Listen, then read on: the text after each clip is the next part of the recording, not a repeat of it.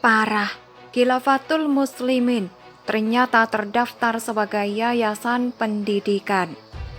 Beberapa fakta baru terkait organisasi Khilafatul Muslimin berhasil dibongkar oleh polisi usai pimpinannya yang bernama Abdul Qadir Baraja ditangkap oleh polisi.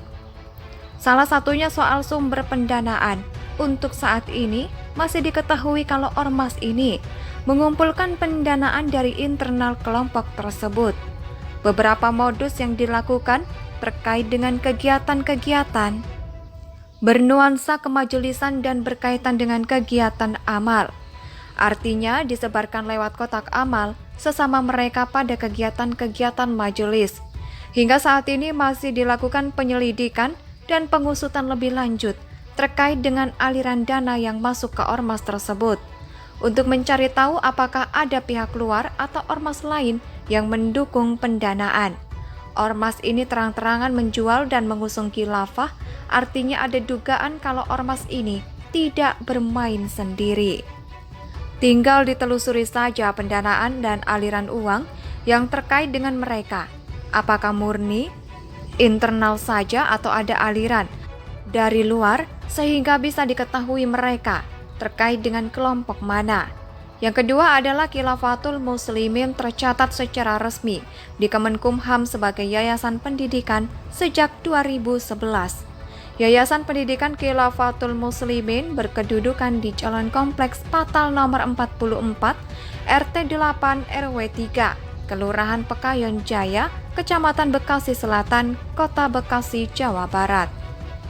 Ada 6 orang yang disebut sebagai pendiri Yayasan Pendidikan Khilafatul Muslimin, yaitu Muhammad Hidayat, Abdul Qadir Hasan Baraja, Suryadi Wironegoro, Nurdin, Muhammad Hasan Albana, dan Hadiwanto Murniandono. Abdul Qadir Hasan Baraja sekaligus ketua pembina dan Suryadi Wironegoro sebagai ketua pengurus. Maksud dan tujuan Yayasan Pendidikan Khilafatul Muslimin, sosial, kemanusiaan, keagamaan, seperti dikutip dari arsip Ditjen AHU Kemenkumham. Sementara itu, Wakil Menteri Agama Zainud Tauhid Saadi mengatakan kelompok Khilafatul Muslimin tak terdaftar di Kemenak sebagai sebuah organisasi kemasyarakatan. Sebagai organisasi kemasyarakatan, Khilafatul Muslimin tidak terdapat di Kementerian Agama. Begitu juga sebagai lembaga pendidikan, dakwah, dan sosial keagamaan juga tidak terdaftar di Kemenak, kata Zainud. Satu hal yang paling menyesakan adalah mereka terdaftar sebagai lembaga pendidikan. Tapi diketahui mengusung konsep khilafah ini adalah gerakan yang sangat berbahaya. Perlu dicek kurikulum pendidikan mereka, itu seperti apa. Bisa jadi ada sisipan doktrin tertentu yang mengarah kepada pemujaan terhadap konsep khilafah.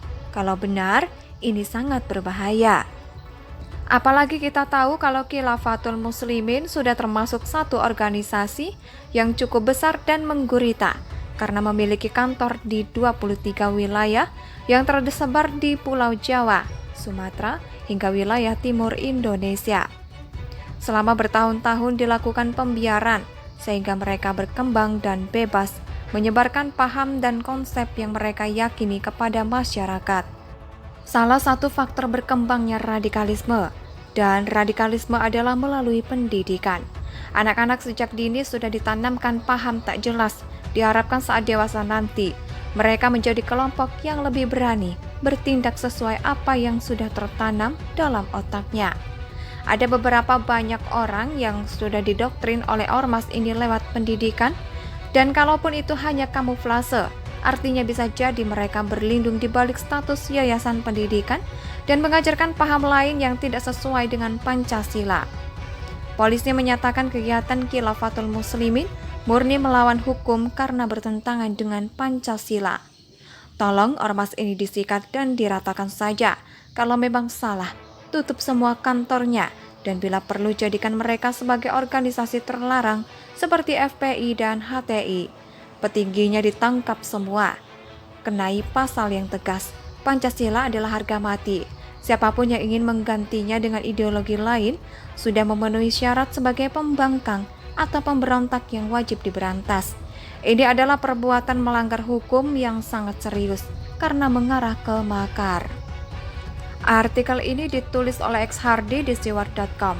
Bagaimana menurut pendapat Anda? Silakan tulis pendapat Anda di kolom komentar.